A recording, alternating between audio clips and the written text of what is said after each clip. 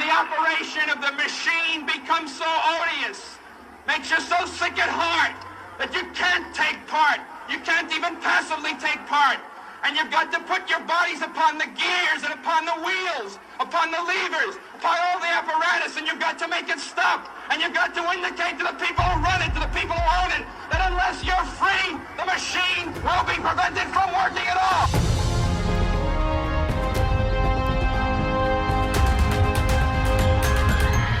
Hello and welcome to the only independent news and opinion program where we chronicle two distinct possibilities, either the demise and possible extinction of the Homo sapien or the greatest leap forward in all of human history.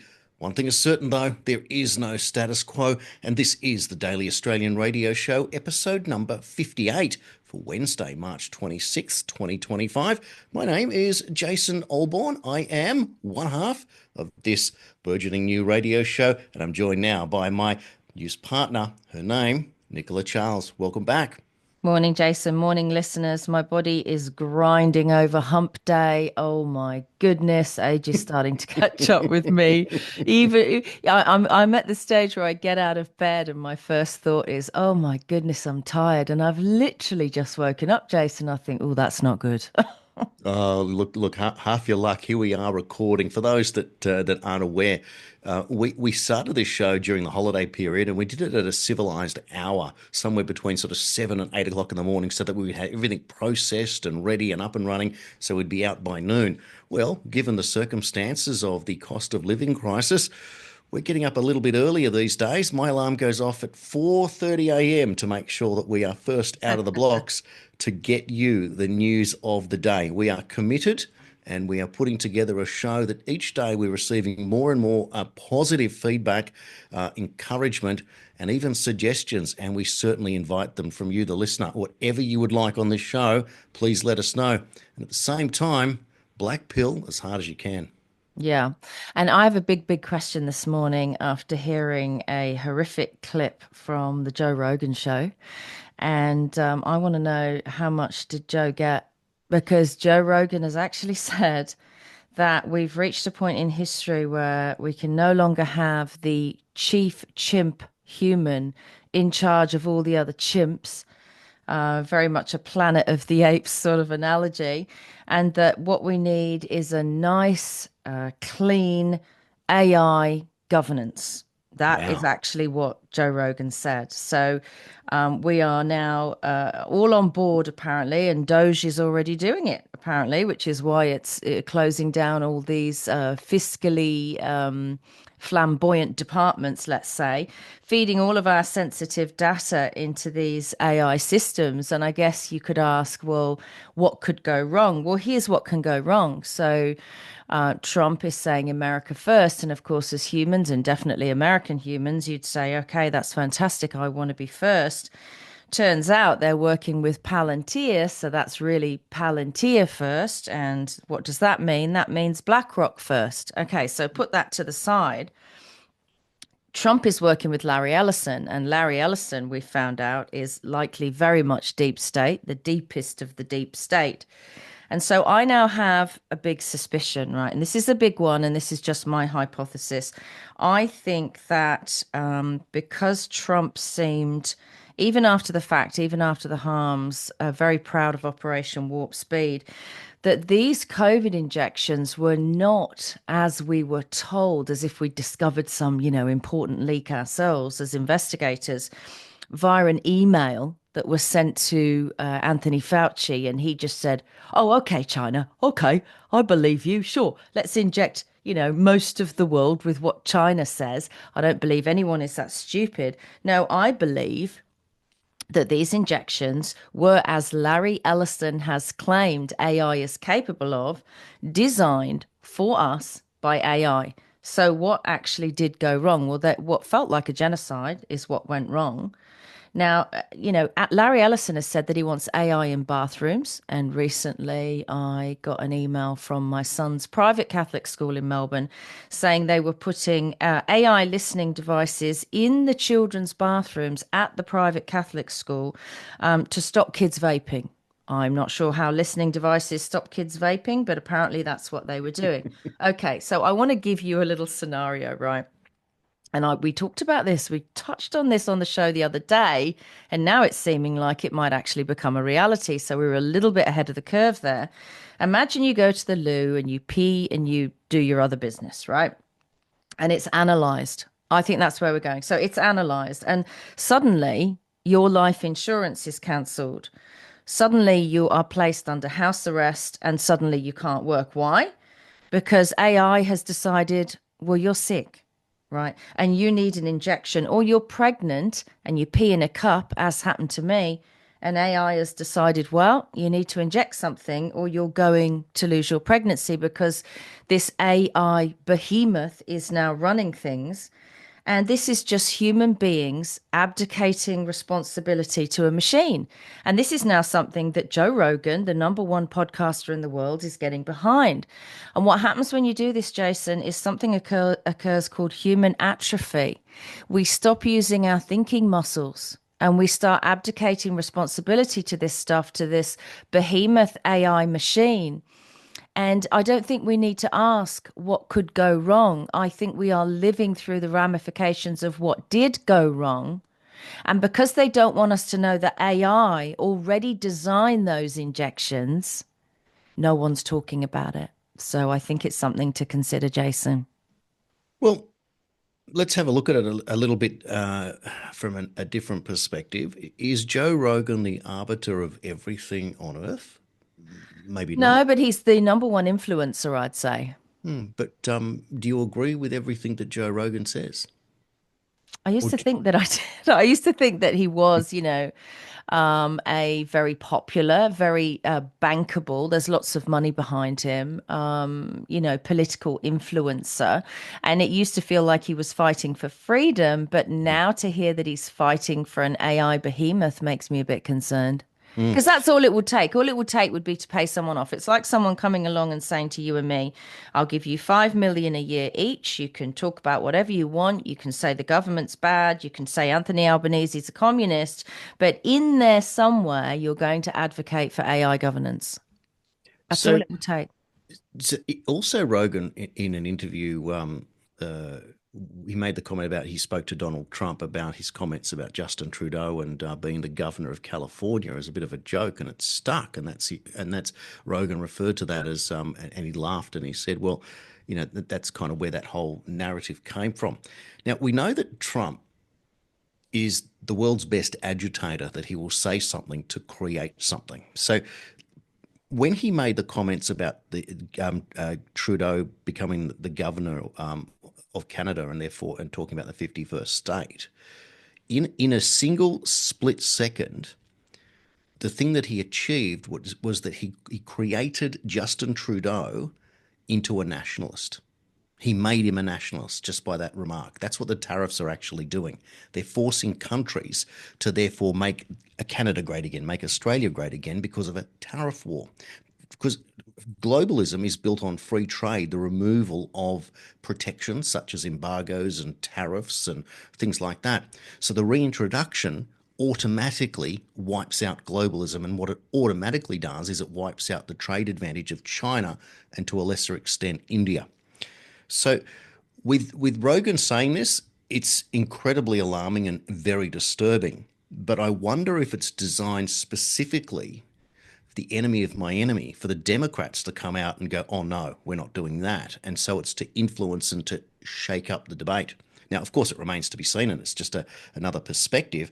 But I listen to that and I go, there is no way in the world that if Joe Rogan was challenged on it, you'd say that. And the only reason he could actually say it, if there's no outside influence, what he's trying to say is that he thinks all government sucks. And that's something that I agree with, but there is no way in the world that I'm going to say, well, we're going to replace government with a computer system that someone invents that is a downstream derivative of the people who made it bad. I'm saying get rid of the bad government, get the justice, and then rebuild government, which is the Julian Assange approach, who said that when all things are said and done, Washington, D.C., somewhere between, I think, 70 or 95%, he said, will be wiped out. And that's the genuine reality. So if we're going to look at ways forward from this, I'd love to hear Julian Assange's perspective on Joe Rogan's comments. So Mm. I feel that, yeah, it's scary, isn't it? But yeah, there's something else. I'll tell you something else. If both the Trump side and the establishment side want to go down this AI dystopia pathway, and that's the end goal, and at the same time, Trump, through his moves and counter moves in Israel, appears that Israel is trying to force prophecy in the arrival of the Jewish Messiah, which some Christians believe is also the Antichrist. Then you're setting up a period of in prophecy of a perhaps this 7 year period, and therefore the arrival of Jesus Christ, the second coming of Christ. Could you imagine a scenario where all these things are playing and they're all legitimate feelings? Sorry, the rapture is where I was going with that. Could you imagine we've got facing AI, we're looking at the false prophecy of a Jewish Messiah and the second coming of Christ all being discussed as legitimate perspectives? Or, of course, it could all be bullshit and it could all be nothing. But I tell you what, if ever there was a time that people would want Jesus Christ to return, it's right about now. And let's see it. I think that the Antichrist essentially is going to be AI. I think that's what we're looking at, right? Because it's drawing up laws. It's deciding what we eat. It's deciding about medicine. It's going to decide who can work and who can't work. It's going to decide who can get a loan, who can get a mortgage. It's deciding everything. And because it's this all-powerful behemoth and it's not human, how else would you describe an all-powerful, controlling behemoth that has the capability of destroying your life, not even with the stroke of a pen, but with the emergence of some code? How else would you describe that sort of power other than the Antichrist? It's almost a perfect drawing up, isn't it? You couldn't get something all more powerful or all more dominating. What's interesting though is that there's not just one AI. There are multiple AIs. Yes, I was going to make that point. I think there is a globalist AI. Hmm. And what I do hope and pray that what Trump is trying to do is have a nationalist, AI, but it's not going to work. I mean, I think we're probably going to end up in sort of AI wars, right? But Mm. unfortunately, we'll be the collateral damage in that AI war.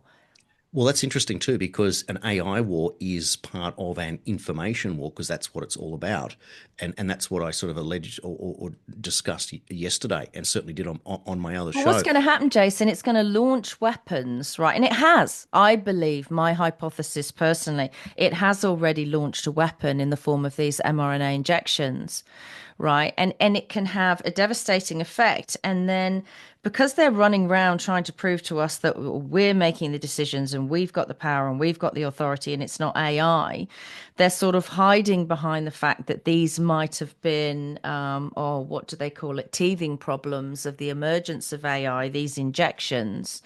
But at the end of the day, once we sort of, if we follow the Joe Rogan recommendation and we allow AI to make decisions and then things go wrong, they will say in courts, aided by AI, that we cannot hold those in authority, those humans responsible, because it was an AI glitch. It was a glitch in the matrix. And oh, we're sorry, half of India's been genocided, and I'm very, very concerned that this is another way for them to abdicate responsibility for harm. And that's my concern. Yeah, it's a fair point. Now, only just today, Elon Musk has shared a meme claiming that Google, Meta, and ChatGPT have been trained to deceive. In contrast, he asserts that Grok is a maximally truth-seeking AI. So there is the line in the sand from Musk, who's obviously at the forefront of this development. It's certainly a big discussion, and there is certainly an unlimited amount of nuance that needs to be explored, debated, and somewhat explained. Yeah, I think it's concerning. I think it would be wise. I always say we're like a beehive and we're agitated. Someone's hit the beehive with a stick and now all the bees inside are buzzing and it might be time to run, right? Because the human beings, I do believe that we are still the smartest species on Earth. And just because you've got this enormous calculator, I remember at school, I was the first year in school where they said during your exams, you can use a calculator in maths. And I remember my parents thinking, what? You're no good at maths if you can use a calculator. And now kids, over the last decade, they've been using scientific calculators, which are hundreds and hundreds of dollars because they can work out your scientific equations for you. And I think it's very worrying that we are essentially going to hand control to a giant scientific calculator, which, in my humble opinion, is already screwed up. Because machines do make mistakes. Machines are hackable. Machines are controlled by people we likely wouldn't trust. And at the end of the day, a lot of these Silicon Valley types, what they're actually saying to the likes of Joe Rogan and to the likes of the Trump administration, we want to make it easy for you. We want to save money for you. They're dangling all the right carrots, right? We're going to make governance. AI is writing laws, by the way, and apparently the Doge department is already using AI to put some of their policies together. Again, very concerning. I've said before, I used AI to put a resume together. That was my only interaction with it, and it was awful. What it chugged out was absolutely awful, and it didn't describe at all any of the real skills that I have in the workplace. So I reverted it back to my own resume. But what these Silicon Valley types are saying is that we're going to do all this, and in the process, we're going to get rich from it. So again, the giant human flaw is that we're going to help, we're going to save everyone, we're going to make life easier, we're going to streamline it. But really, it's so we can all get rich and have lots of power over nations. And, there's no oversight, right? This is all unvetted. AI at this point is all unvetted. There's no AI auditor auditing AI. And if humans can't do it because the code is so complicated and it would take years to work out, who essentially has the authority to pull the pin on it, Jason? Good call. It's my understanding that Musk and his army of 20-year-old computer geeks are using AI to be able to scour these documents and accounts, etc., to identify where this Oh, it's going to largest. identify us all. Don't worry about that. But that's how it's been able to be so successful so quickly in Well, what do you think uncovering. AI says about you and me, Jason? Well, I actually put my name into Grok to see what profile it would come up. It was actually quite friendly to me, but that's only because it consulted 25 websites. It did say one of them. I actually ran it through just to compare it with I think it was ChatGPT, and ChatGPT said that I was a history school teacher. And How I've weird. If there's any listeners that want to punch in Nicola Charles, the actress, the British actress living in Australia.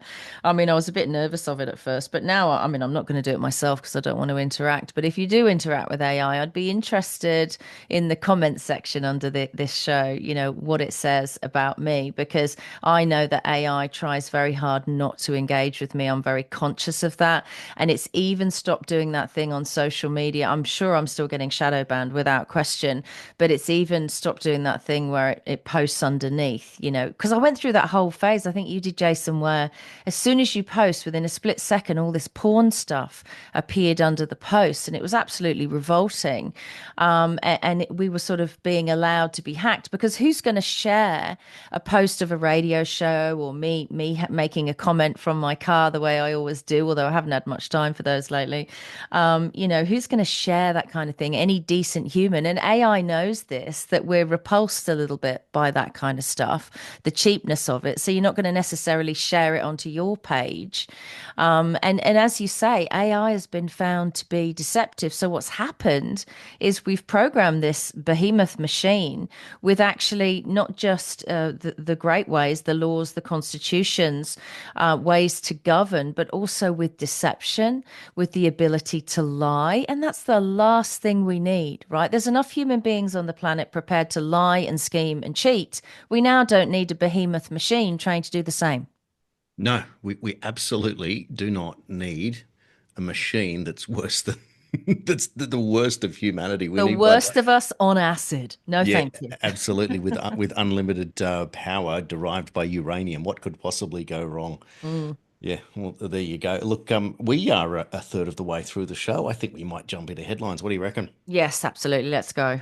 So, $1 trillion in debt and a $5 tax cut. Why did we expect anything else from the Albanese government in their latest budget? 22 years ago, Peter Costello was mocked for his $5 a week tax cut that amounted then to a sandwich and a milkshake. Jim Chalmers has been reminded of his $5 a week tax cut, which today is three-quarters of a cup of coffee, half a beer in a pub, or two-thirds of a Big Mac. Despite all the spending like drunken sailors, what mission statement, what great nation building plan, what have we got to show for this massive debt? Apart from higher energy prices, a higher cost of living, but cheaper prescription drugs and no COVID Royal Commission. This is Mm. the fallout from Jim Chalmers in his fourth budget on the eve of Albo calling an election, the one that may see him thrown from office after a single term as Prime Minister. But he's not alone and would join Gough Whitlam, Kevin Rudd and Julia Gillard, along with Malcolm Turnbull and Tony Abbott, as other one-termers in a long line of failed UniParty Prime Ministers since John Howard lost his job and seat back in 2007. Part of the reason for the budget's gloomy debt outlook, though, is based on future resources prices as forecast by Treasury. They claim collapsing iron ore and coal prices are tipped to hammer the national budget in coming years. The latest forecasts show Australia is not immune to global trade tensions, with Australia's largest trade export, iron ore, likely to be impacted by a slowing Chinese economy. Treasury estimates iron ore will fall by more than 40% from today's price of US $102 to US $60 by March 2026. According to budget papers, that's a huge slump in 12 months. Iron ore currently makes up 21% of Australia's total value of goods and service exports in 2023 and 24. Treasury also estimates metallurgical coal will decline to US 140 a tonne and thermal coal will fall to US $70. Australian war veteran Ben Roberts-Smith is considering legal action after it was revealed a Nine journalist claimed he received briefings on the Victoria Cross recipient's legal strategy during a multi-million-dollar defamation lawsuit. Roberts-Smith lost a defamation case against Channel 9 in 2023 over reports that claimed he committed war crimes while serving as an SAS corporal in Afghanistan. On Monday, Sky News exposed audio recordings that captured Nine investigative reporter Nick McKenzie claiming to a witness that he'd been briefed on parts of Roberts-Smith's legal strategy. Basil Zempilas is the former Mayor of Perth, Western Australia, and was Mayor during the emergency powers, which lasted 963 days. Zempilas has just been elected to a seat in the West Australian Parliament, their Legislative Assembly, and has now been designated the leader of the WA Liberal Party.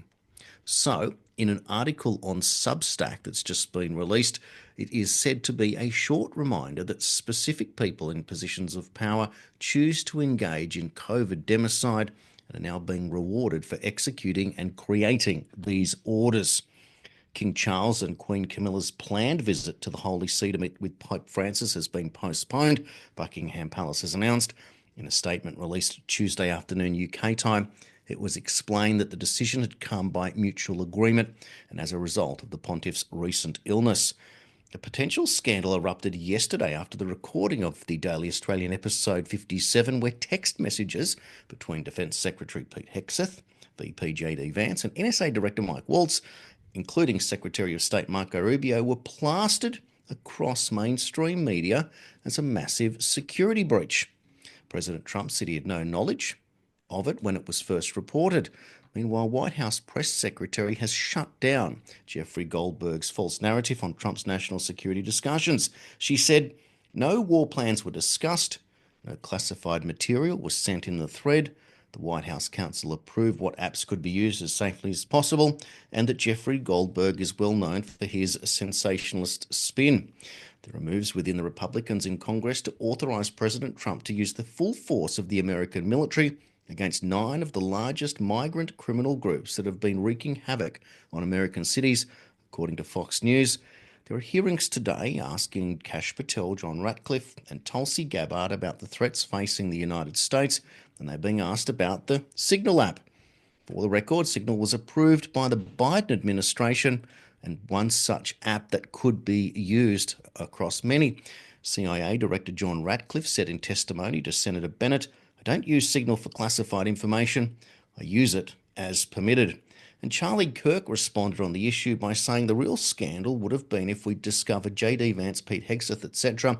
was saying one thing to voters in public while completely contradicting themselves in private. Instead, we have clear symmetry and consistency of messaging and ideology. We know these men actually believe what they're saying in public. RFK Jr. has said he handpicked Susan Monarez for Trump's CDC director.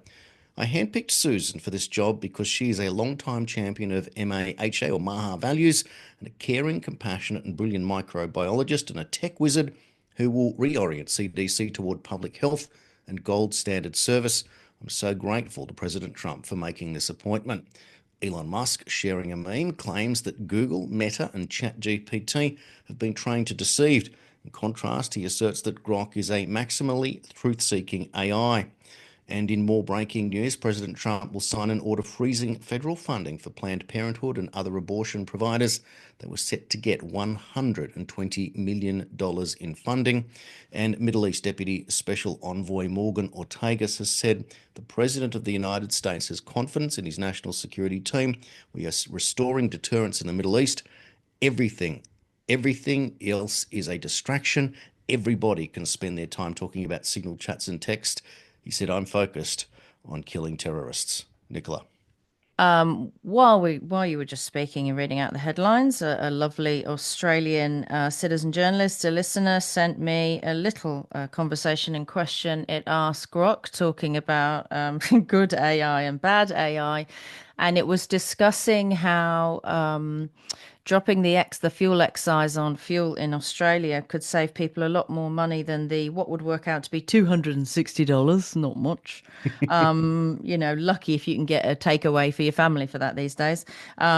If you drop the fuel excise, and Grok went into all the figures, absolutely amazing. Can't believe I'm saying that. And how much more that would help Australians a year than these rude, insulting Albanese suggestions of tax cuts. But also someone's just sent to me, quite worryingly, a bit off kilter, but the Australian Government Institute of Family Studies has just released an enormous document called Legal Recognition of Sharia Law in Australia. Oh dear. Wow. Yeah. So that is something that is being considered in Australia, and they began discussing this in 2010. And I assume that in 2010, I wasn't even back in Australia in 2010. I assume that is something that most people didn't know about. I always like to just whiz down through pages and pages and go to the conclusion. And the conclusion says diversity across the Muslim world is in part due to Islam's adaptability to the culture, time, and place in which it's located.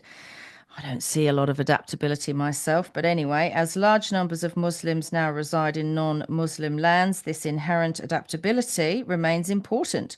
Researchers in Britain are noting the emergence of an Agrazia Shariat English Sharia, which is a reconstruction of Muslim laws in the English socio-legal context. German Muslims have adapted to allow state law to govern family and inheritance matters. In Australia, there are Muslims, including Kisa Trad, spokesperson for Islamic Friendship Association and the Australian Federation of Islamic Councils, who feel our system should be more inclusive and champion the case for legal recognition of aspects of Sharia law in Australia. Ooh, not sure I'm happy about the world changing. As we always say on this show, The OGs, the original Australians, have been well and truly removed from this democratic process. This is why we are ignoring the Commonwealth Constitution 1900 UK, because it is a Christian constitution based on the Magna Carta, based on the Ten Commandments, do as you will be done, all that kind of stuff. Basically be a good person. And we don't do things like, remove people's limbs if they've been found to have stolen something. I mean, if we did, Jason, if we did do that, then all of our politicians would be limbless husks being wheeled around in wheelchairs, wouldn't they? They wouldn't have any limbs left. So yeah, absolutely shocking. I'm surprised to hear, Jason, in your report that the Chinese economy is slowing down. I mean, I think this has to come to all, economic superpowers. It cannot be sustained, right? Well, we've seen these cities, these ghost cities that have been built, which was part of continuing the push in China for production. But at some point, it's got to slow down.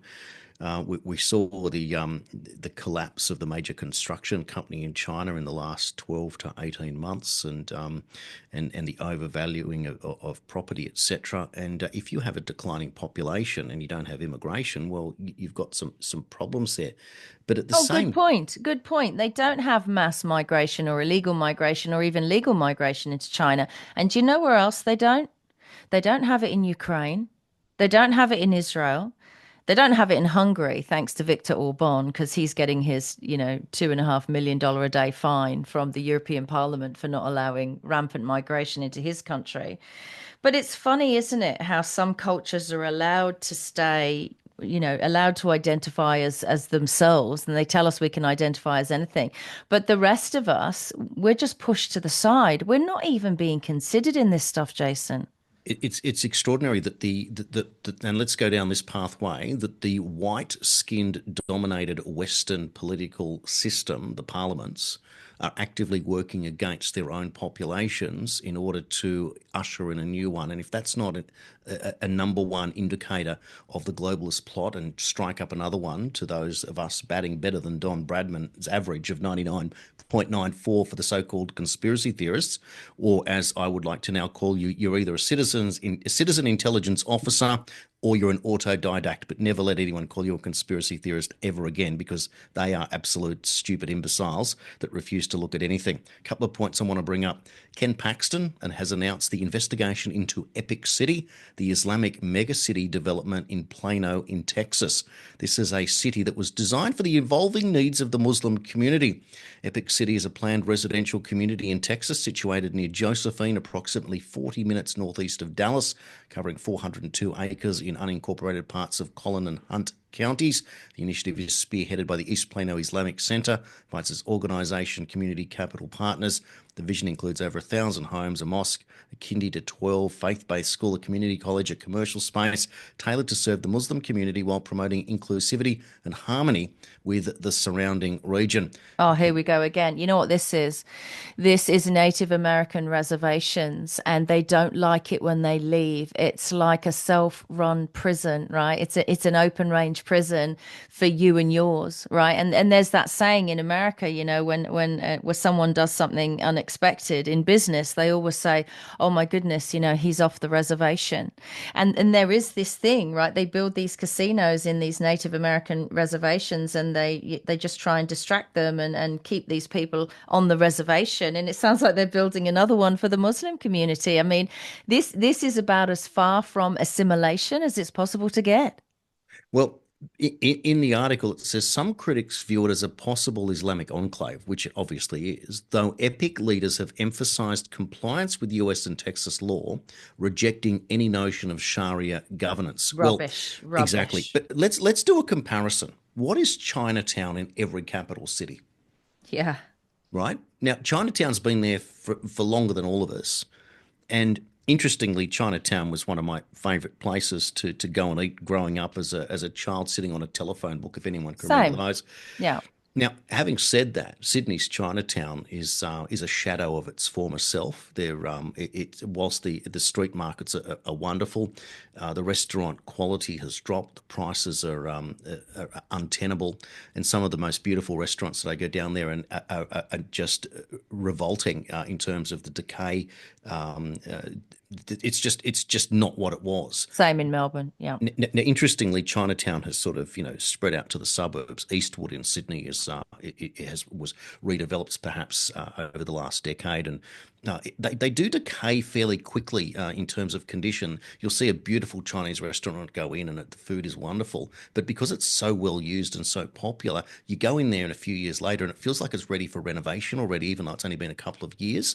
But having said that, there's something amazing about when you go to New York City and the restaurant and the diners, etc., are the Well, that's same different. decor for 100 years. They champion New York, don't they? I mean, can you imagine if we had that here, and we've essentially got that in London? There's areas that are deemed, no-go areas, and to prove it, occasionally you get like a Jewish or Israeli journalist, usually a young female, and walking down the street with a microphone in what's considered a Sharia law area, a no-go area in London, and they're asked to leave, and the police, like the British police, will turn up and say you can't be here, and they'll say, why? This is London. Why can't I be here?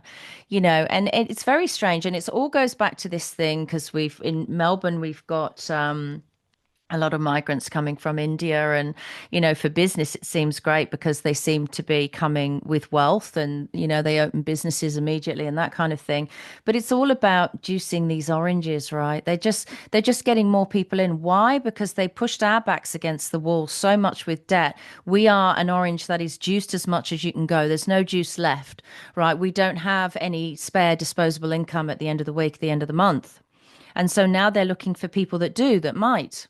Mm. And they actually are. I'm seeing that in business. And, there are very few OGs, very few Australians with disposable income walking through the door. And it makes me really, really sad.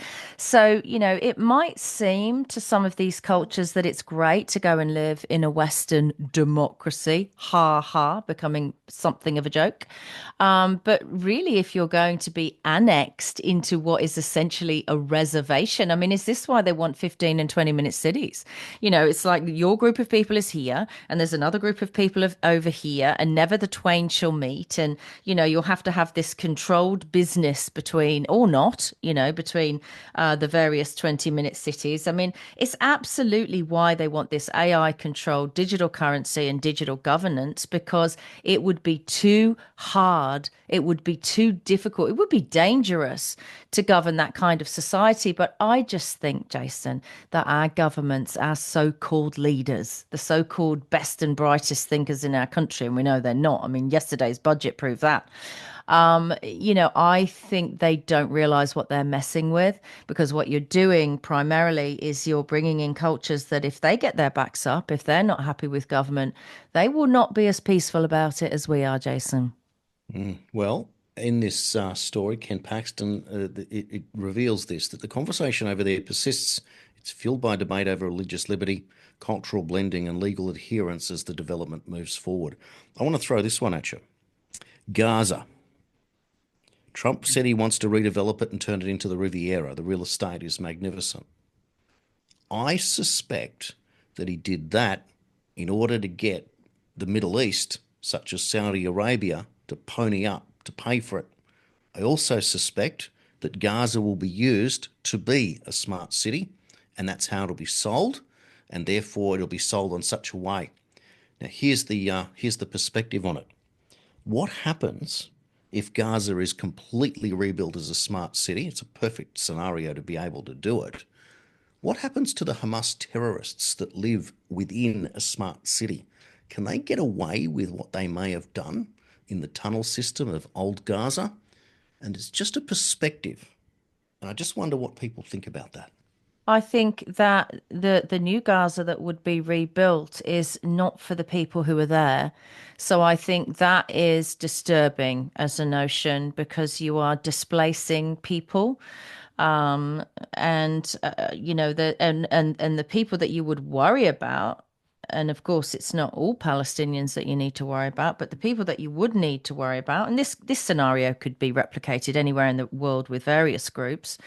I do believe they are being sneakily shipped to the four corners of the world to sort of split them up, break them up. It's very much like a school teacher in a yard when there's a bit of a ruckus.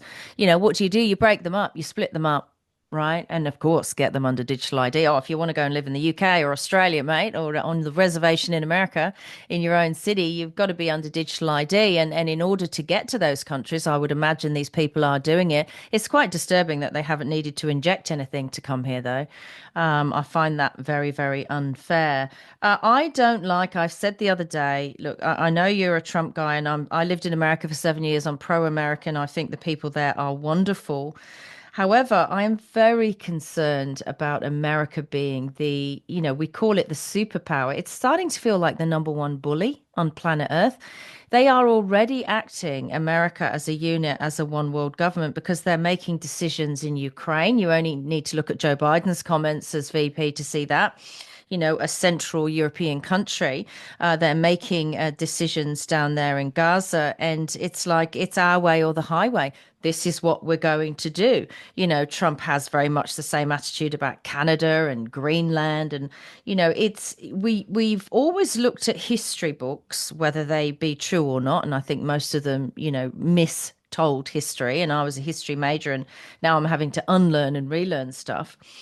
We were always told about these periods in history where continents shifted physically, if you believe such a thing, that, bits of us snapped off and floated off and became independent countries, but also the changing geopolitical structure and landscape on the planet.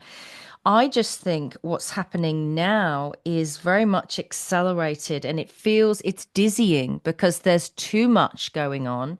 We're being told which side to support. And I don't think it's as blanket. It never is. It's never black and white. So it's not as blanket as saying this country has the right. We're going to support this country. We must defend democracy in Ukraine, and all Russians are bad and Russia's bad. And, they were busy chucking Russians out of the UK and stuff like that. This is very totalitarian. There are ordinary people that get caught up in this. And I've said before, it's like saying that, the Chinese are bad because of the CCP, the Chinese Communist Party. No, we would never say that Australians should be judged on the values and morality of the Australian Communist Labour Party and Anthony Albanese. My goodness, imagine if I traveled to America or the UK and someone said, oh, I can't employ you. You're from that awful state of Victoria. You can't judge people on the decisions governments make, but at the same time, these governments are making warlike decisions that are causing mass death everywhere in all of our countries. We've all experienced it. It might be through a needle, it might be through a bomb, but we're all experiencing mass death. And I think because it's accelerated, I think they are using AI to do it. I think it's quite dizzying that we're living through so much change, Jason, in such a short period of time. And it's unsettling. I find it unsettling. Well, that's here we are, isn't it? We know one thing's for certain: there is no status quo. There's absolutely not. Now, a couple of things I've got to bring up. Whilst you were talking earlier about that, the person who suggested in terms of the electricity rebate and the use of Fuel the excise. Yeah. What I did was to conduct a bit of my own, what I call JI. That was Jason intelligence. and what I did two calculations. So 20,000 kilometres a year in a motor vehicle running 10 litres per 100 kilometres. That's kind of an average for a car that's probably 7 or 10 years. Well, you would save $740 based on 37 cents a litre excise duty. And those will say, well, I don't do that many kilometres. Okay, for you guys, 15,000 kilometres a year in your more economical car at 7.5 litres per 100 Ks, you would still save $416. So we don't need AI, we just need a bit of JI. How about that? Yeah. Well, this is the thing. And so I think what they do is they find a little breadcrumb to give us. They throw it to the peasants and say, look at us, we're saving you money. See, they're not interested in saving $5 or $400 or $740. They're not interested in that. They're interested in the billions and trillions. And what they will do is throw us breadcrumbs so they can keep raping and pillaging this country of her rare earth minerals, her ore, her coal, her lithium, and they just keep us distracted. I think it's absolutely insulting. I think it's deplorable. I think it's probably illegal the way they treat people in democratic countries. They dumb it down. They treat us like we're all stupid. And perhaps there is, a majority of people who are stupid, but it's not everyone. And I caught yesterday, I think it was yesterday or the day before, a little bit of Parliament. And you can see now that these people don't believe what they're saying, or that they're mildly embarrassed. And they know the cameras are there now. And I saw Anthony Albanese, he will jump up and he will, deliver all that bad news. And then he spins his chair and he turns his head away so he's not on camera, because he's obviously pulling faces at the other Labour people behind him. And this is not government. They're not a government. They're little puppets, right? They're just jumping around, and they're keeping us occupied. It's literally bread and circuses. They're the circus, and the breadcrumbs are the $5 you're going to get. And it doesn't mean anything. It's meaningless. There is no meaningful change. There is no meaningful governance. And I don't have any faith that even if we did go down the Joe Rogan route and go, oh, let's get rid of, the chief chimp commanding all the other chimps, that AI would be any fairer or have any more integrity, because I think it's already proved itself to be lacking in integrity. And of course, it's lacking in morality. AI doesn't love, it doesn't hate, it doesn't sleep. All it does is collate. But we're not computers, we're human beings. Human beings should govern human beings, right? Computers can govern computer programs, but humans must govern humans. And I don't like that so many people on what's perceived to be the good sides and the bad sides are happy for that to not be the case, Jason. I am sick and tired of being told that the government, left or right, UniParty, Liberal, Labor, that what they do is the best there is, and I think it's absolute garbage. I'm going to give you an example. So we talked, as you just said then, that you could reduce the excise in fuel, get rid of it, reduce it, whatever, and you'd be able to give back people money back in their pockets that would amount to this electricity rebate thing. And so what do you get? You get all this government energy, all this selling, all this media column inches, etc., promoting this thing, and then they lie and they don't do it. What they could have come out and said, what we're going to do is we're going to halve the excise for the next 3 years of our term, and then we'll review it if we're re-elected. And therefore, that would give you a subsidy, more or less, for those that are spending more time in their cars, get a bit of money back. But of course, that would be counterintuitive to the green movement, and it's likely why they didn't do it. However, here's my comparison. Years ago, John Howard, before he was Prime Minister, came up with a policy that Paul Keating, who at the time was the Prime Minister, trashed. And it was called income splitting. So what he proposed was that partner, husband and wife, partner A and B, one, let's say, earns $100,000 a year and the other stays at home and may earn nothing, or $20,000 or $30,000 in a part-time job. And so partner A pays a higher rate of tax on $100,000 and partner B pays a lower. And so if you put the two incomes together, $130,000 and divided by 2, if you're paying $65,000 each, overall you pay a lower amount of tax than if one's on 100 and one's on 30. That's what income tax is. Now, Keating smashed him for it. Howard tried to get it through, and for whatever reason it never happened.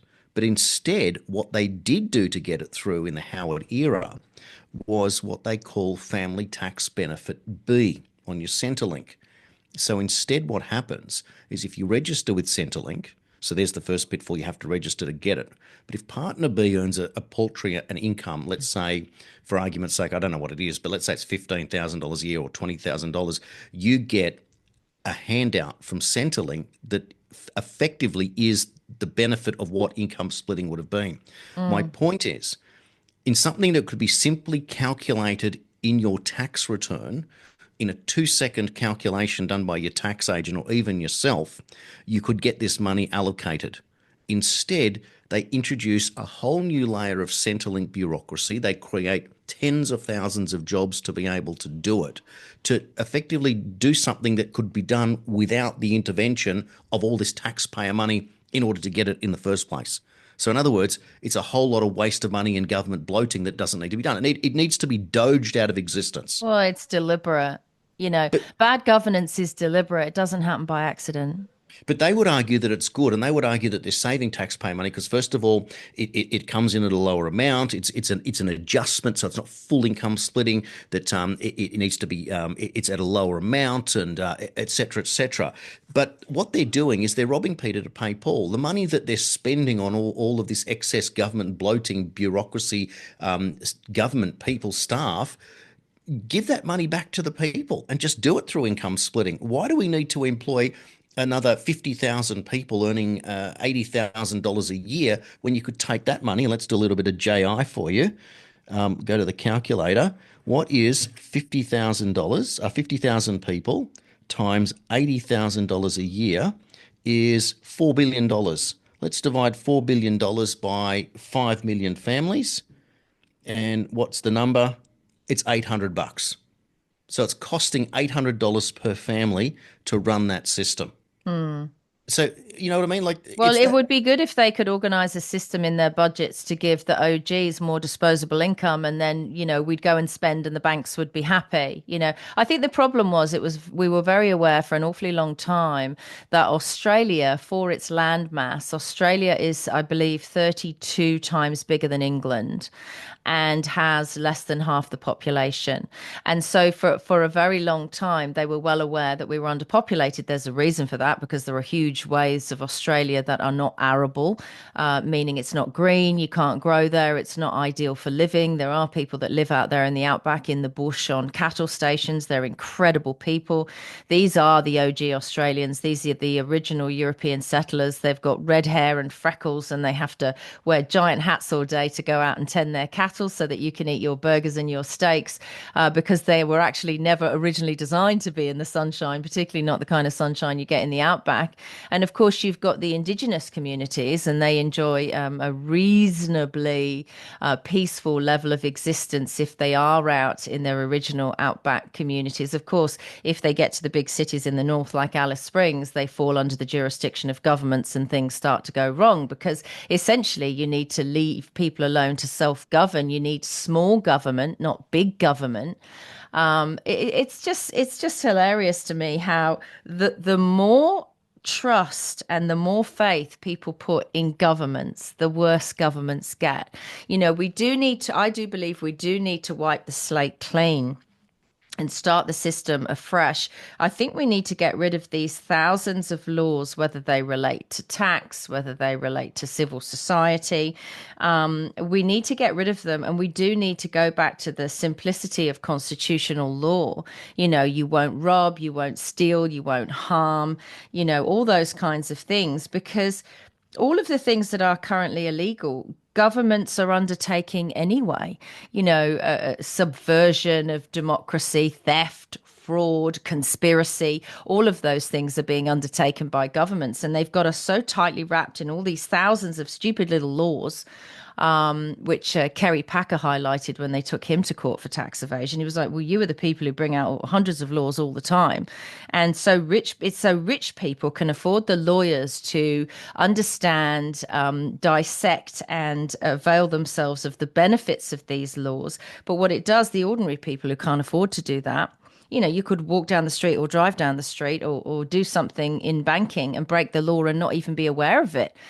People break the law claiming Centrelink and ticking the wrong box. It's become so protracted and so difficult to exist. And it's just proof that these governments aren't working. Now, that doesn't mean I want them replaced by AI. I want them replaced by a small, simplified government. You do wrong, you'll be hauled into court. You'll be judged by a jury of your peers. That's us, the ordinary people, and you'll go to jail.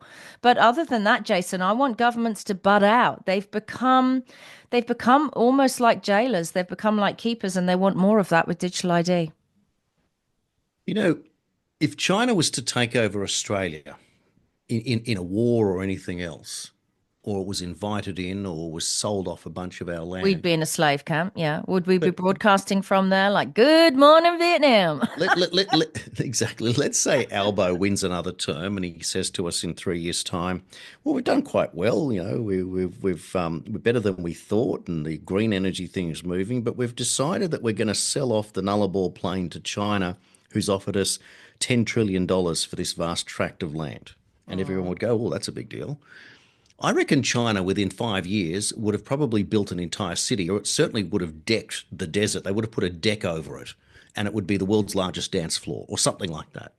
A line city. They're like those line cities, don't Yeah, they? it could be something like that.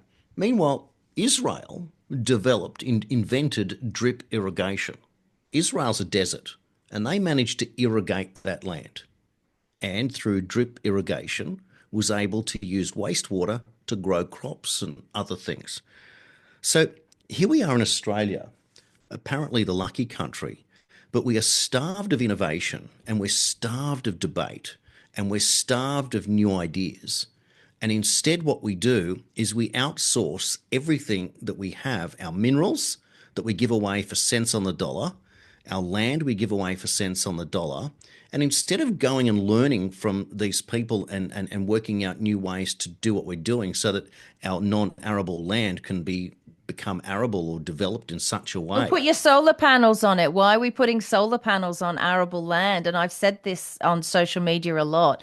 We've got the outback, right? You want to create solar energy, and people say, "Oh no, it's far too difficult to transport the electricity back to the cities." Absolute bullcrap. I don't believe you for a split second. You just want to cover up the arable land. This is the outback. If there is any generation of energy from the sun, Australia, again, like every other energy source, is king. It's number one. We're the big old daddy-o of solar panels. We got all the sun. We got more sun than anywhere I've ever lived on this planet, Jason. But oh no, it's too hard to transport that electricity. The whole thing's a fraud. Something else is going on. I don't trust them. Jason, we're getting towards the end of the show. What would you like to say? Well, I reckon we should go to Woomera and build some nuclear power plants and some big long extension cords, and maybe we start out there. Long extension cords. I mean, let's be serious about it. We have more uranium than we know what to do with. It's worth a fortune. We can get into nuclear power, and as long as we know how we can dispose of it in this vast tract of unlimited land space, maybe we have a way forward. I think that what we've realised now is that we are at the limits of intellectual politicians who are deliberately running dead in order to usher in their replacement, the AI. And we have a community of well-versed, intelligent, free thinkers that are being subdued and suppressed. And thank God for the internet that some of us get a chance to voice our opinions and our ideas and expand in a way. So I remain always confident, always uplifted. Mind you, behind the scenes, I can get as down on as anyone else. But you know what? I have a pity party. I dust myself off and get up and go, hang on a second. I know the trajectory that we're on. I'm not ashamed of not always being right or not always being perfect, but I do know that we have to be in this with an upward look on everything. And at the same time, no one is our saviour but ourselves. But I tell you what, in the scheme of things, I'm happy that Trump's out there fighting my enemy for me, because I haven't even been able to get onto that political field and put the gloves on to take on these bastards. So until then, I'll do what I'm doing here with you, Nicola, and what we're doing elsewhere to continue the fight for everyone. Have a great hump day. When we return tomorrow, I tell you what, there'll be a whole new set of news and debate that we'll get onto. And thanks everyone for your support, your sharing, your comments, and your encouragement. Yeah, you should not get down, Jason, because they tried to put the boot on your head, particularly Meta, and shove you down, and you just keep coming. You're like the Terminator. They can't stop you, which I think is pretty great. Tomorrow, we might be able to do the show a tiny bit later, so perhaps we'll be more awake. But I actually quite like these early mornings. You really know you're in radio when you're doing it when it's dark. So thank you so much for listening again to the Daily Australian, to myself, Nicola Charles, and my co-host and co-producer, Jason Olborn. We will do this all over again tomorrow, which will be Thursday, which will be just that little bit closer to the weekend. See you then.